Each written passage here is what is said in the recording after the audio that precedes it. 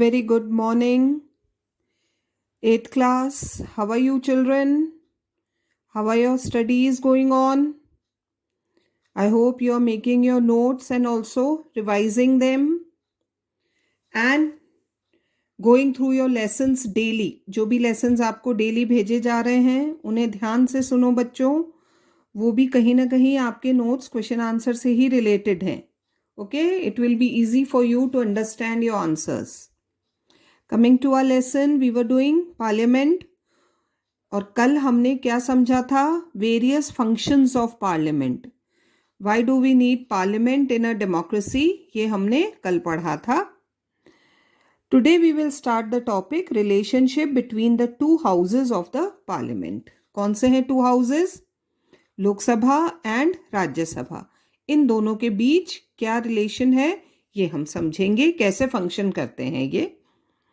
Theoretically speaking, अगर हम constitution में देखें जैसे लिखा गया है, the Lok Sabha and the Rajya Sabha enjoy equal powers, है ना. अकॉर्डिंग टू कॉन्स्टिट्यूशन अगर हम देखें, both have equal powers, but we can not overlook the fact that the Lok Sabha represents the people and is elected by the people. थोड़ी सी लोकसभा कैसे powerful हो जाती है?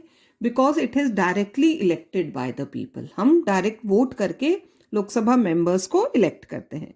On the other hand, the Rajya Sabha represents the states. उन्हें कौन करता है इलेक्ट? हमने पढ़ा था मेंबर्स ऑफ लेजिस्लेटिव असेंबली. तो वो स्टेट्स के रिप्रेजेंटेटिव्स हैं और लोकसभा में पीपल्स रिप्रेजेंटेटिव्स हैं. The Rajya Sabha represents the states of the Indian union and its members are elected indirectly by the members of the state legislative assemblies. They never have to go to the people. Lok Sabha members को after 5 years during general election फिर लोगों के सामने जाना पड़ता है elect होने के लिए, जबकि राज्यसभा में ऐसा नहीं है. In such a situation, it is but natural that Lok Sabha is given an upper hand in almost all matters concerning the parliament. कहने को तो दोनों के इक्वल पावर्स है, पार्लियामेंट के पावर्स, लेकिन क्योंकि Lok Sabha directly elected by the people है, तो अभी हम समझेंगे हर मैटर में कहीं ना कहीं लोकसभा को ज़्यादा इंपॉर्टेंस दी गई है. That is democracy. We shall discuss the relations as under. अब समझेंगे, देखो हम कैसे लोकसभा को ज़्यादा इंपॉर्टेंस दी गई है. Difference between the legislative matters. What are legislative matters? Law making, कानून बनाने के. Legislative enactments belong to two categories. दो तरह के बिल या लॉज पार्लियामेंट बनाती है. पहले आते हैं ऑर्डिनरी बिल और दूसरा है मनी बिल. दूसरा नाम क्या है मनी बिल का? बजट.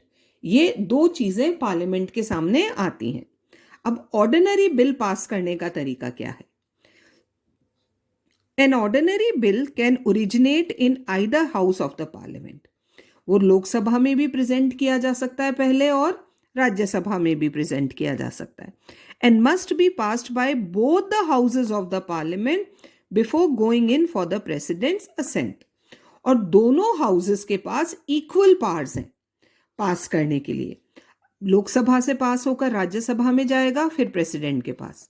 राज्यसभा से पास होकर लोकसभा में जाएगा, फिर प्रेसिडेंट के पास. और दोनों हाउसेज इक्वल पास रखते हैं उस बिल को पास करने में. But in case of a deadlock, मान लो एक हाउस ने पास कर दिया और दूसरे ने नहीं किया, तो डेडलॉक हो गया, भाई पास माना जाए या नहीं. Between the two houses over a bill, it is to be resolved in a joint session of both the houses with the speaker of the Lok Sabha in the chair. मान लो एक हाउस ने बिल पास किया, दूसरे ने मना कर दिया, हम नहीं पास करेंगे, तो डेडलॉक क्रिएट हो गया. In such situation a joint meeting is called of Lok Sabha and Rajya Sabha. All the members of Lok Sabha, all the members of Rajya Sabha, they sit jointly to decide. और अध्यक्ष कौन होता है इस जॉइंट मीटिंग का? The speaker of Lok Sabha. तो पहले ही लोकसभा को एक एडवांटेज मिल गया. ठीक. As the membership of the Lok Sabha is more, nearly double the membership of the Rajya Sabha. फिर वोटिंग होती है कि बिल को पास करना है या नहीं करना है. हमने इसी लेसन में पढ़े थे बच्चों, the members of Lok Sabha and Rajya Sabha. कौन से हाउस के मेंबर्स ज्यादा हैं, लोकसभा के। तो जब बिल के लिए वोटिंग होती है, ऑटोमेटिकली किसके फेवर में रिजल्ट आता है, लोकसभा के। जो डिसीजन उन्होंने लिया था बिल के लिए पास करना है या नहीं, वही यहां होता है, क्योंकि राज्यसभा के मेंबर्स कम हैं। Double the membership of the Rajya Sabha, it is the will of the Lok Sabha that prevails on the strength of its majority in the joint session. तो हो गई अपने आप Lok Sabha more powerful. Now we will discuss about money bill. Ordinary bill तो हमने discuss कर लिया, वहां भी हमने देखा कहीं ना कहीं लोकसभा इज मोर पावरफुल। अब बात आती है मनी बिल की, फाइनेंस बिल या बजट जिसमें मनी इन्वॉल्व होता है। In case of money bills या budget of the country, the Rajya Sabha has been given virtually no powers. यहां तो कॉन्स्टिट्यूशन ने ही उन्हें कम पावर्स दिए हैं। A money bill can originate only in the Lok Sabha. Originate का मतलब फर्स्ट प्रेजेंटेड, सबसे पहले लोकसभा में ही होगा, not in Rajya Sabha. When any money bill is passed by the Lok Sabha, the Rajya Sabha has no power whatsoever to make a change in it against the will of the Lok Sabha. एक बार लोकसभा ने budget pass कर दिया, money bill pass कर दिया, फिर राज्यसभा उसमें कोई changes नहीं कर सकती जब तक कि लोकसभा अग्री ना हो। It can at the most delay a money bill by sitting over it for 14 days. वैसे तो when Lok Sabha passes the money bill, it goes to the Rajya Sabha and Rajya Sabha passes. But in case Rajya Sabha wants any changes, वो पहले लोकसभा को inform करती है कि भाई इसमें ये चेंजेस कर दो। Now it is the will of the Lok Sabha to accept those changes or not. Rajya Sabha ज्यादा से ज्यादा 14 डेज तक उस बिल को रोक सकती है। If in 14 days Rajya Sabha does not pass that bill, वो ऑटोमेटिकली पास माना जाता है। After the expiry of the period, कितना period, 14 days, the bill is supposed to be passed by Rajya Sabha and be sent for the president's signature. तो देखो यहां भी Rajya Sabha has no powers. Control over the executive. दूसरा आता है, now tell me what is this executive? The Prime Minister and his Council of Ministers. इस पर भी कौन कंट्रोल रखता है, Lok Sabha. The Union Parliament exercise its control over the union government in a number of ways. Union Parliament और Union Government executive उस पर control रखती है। Both the houses of the Parliament have equal rights of asking question. हमने proceedings में पढ़ा था ना, first hour is question hour. During that question hour, members ask questions or bringing in various kinds of motion against the government. उस 1 घंटे में होता है। But here again, the Lok Sabha has the real say. Theory में दोनों को equal powers दिए गए हैं, लेकिन practically Lok Sabha is more powerful. The Council of Ministers is primarily responsible to the Lok Sabha. ये गवर्नमेंट रहेगी या नहीं रहेगी, it is decided by लोक सभा, ये उन पर डिपेंड करता है। A vote of no confidence, अगर नहीं फेथ है गवर्नमेंट में, a vote of no confidence passed in the Rajya Sabha does not oblige the government to resign. अगर Rajya Sabha vote of no confidence pass करती है, गवर्नमेंट को रिजाइन करने की जरूरत नहीं है। बट अ सिमिलर वोट, लेकिन अगर लोकसभा ये vote of no confidence pass करती है, it makes its obligatory for the government to quit. अगर लोकसभा नो कॉन्फिडेंस कह देती है, then the government has to resign. So this is the relationship between the two houses.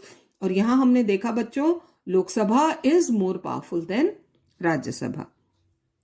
Now division of subjects between the centre and the states, ये भी कहीं ना कहीं हमारे इंडिया का एक बहुत इंपॉर्टेंट फीचर है। सब्जेक्ट्स का मतलब होता है जिस पर लॉ बनाए जा सकते हैं, 2 टॉपिक्स जिन पर लॉज बनते हैं। तो कुछ लॉज स्टेट गवर्नमेंट्स बनाती हैं and certain laws are made by the central government. तो यहां ये अब हम समझेंगे ये कैसे होता है। The Constitution has set up a federal type of government in India. क्या बनाया है कॉन्स्टिट्यूशन ने? Federal government.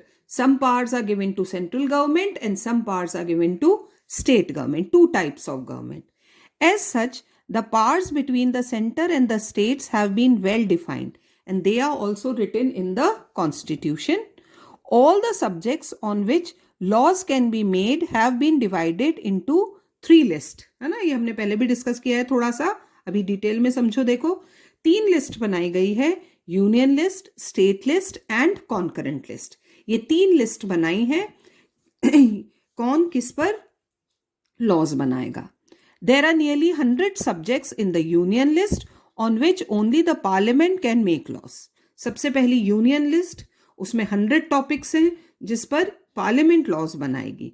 The most important subjects included in the list are railways, foreign affairs मतलब दूसरी कंट्रीज से हमारे रिलेशंस कैसे होंगे, army, telephone, post and telegraph, coinage, currency, bank and currency etcetera. इन सब पर सिर्फ पार्लियामेंट लॉ बना सकती है.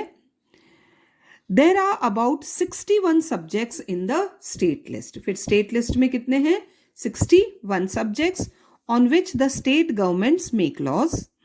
The most important subjects in this list are police, hospital, sanitation, agriculture, irrigation, health and land reforms, etc. ये हर state में अलग अलग हो सकते हैं. The law made by union government और the parliament वो पूरी country में same होते हैं. तो उन्हीं टॉपिक्स को यूनियन लिस्ट में रखा गया है जिस पर 1 लॉ चाहिए पूरी कंट्री में. स्टेट लिस्ट में वो सब्जेक्ट्स हैं जो हर स्टेट में अलग अलग हो सकते हैं. Besides these there are about 47 subjects in the concurrent list on which both the parliament and the state legislatures have the power to make the laws. दोनों बना सकते हैं लॉज. ये राइट दिया गया है स्टेट गवर्नमेंट्स को भी कि आप इन 47 सब्जेक्ट्स पर भी लॉ बना सकते हो. But if the laws passed by the center on these subjects shall prevail over the laws passed by the state legislature. लेकिन अगर दोनों में कोई डिफरेंस है, स्टेट गवर्नमेंट ने अलग लॉ बनाया, सेंट्रल गवर्नमेंट ने अलग लॉ बनाया और दोनों का लॉ क्लैश कर रहा है, अलग अलग है, तो किसका लॉ माना जाएगा? पार्लियामेंट का, सेंट्रल गवर्नमेंट का. The most important subjects included in the concurrent list are marriages, medical, newspapers, labor welfare, जो वर्कर्स का होता है, civil and criminal procedures, factories, electricity. Long list है ना, 47 सब्जेक्ट्स. लेकिन बात यही है कि अगर दोनों के लॉज डिफर करते हैं, state and union government, then the laws of the union government will be implemented. So this is parliament that we have studied. Children, go through the lesson. अगर आपको कोई डिफिकल्टी है, you are free to ask me और कल हम आपको इसके question answers दे देंगे. Till then keep reading.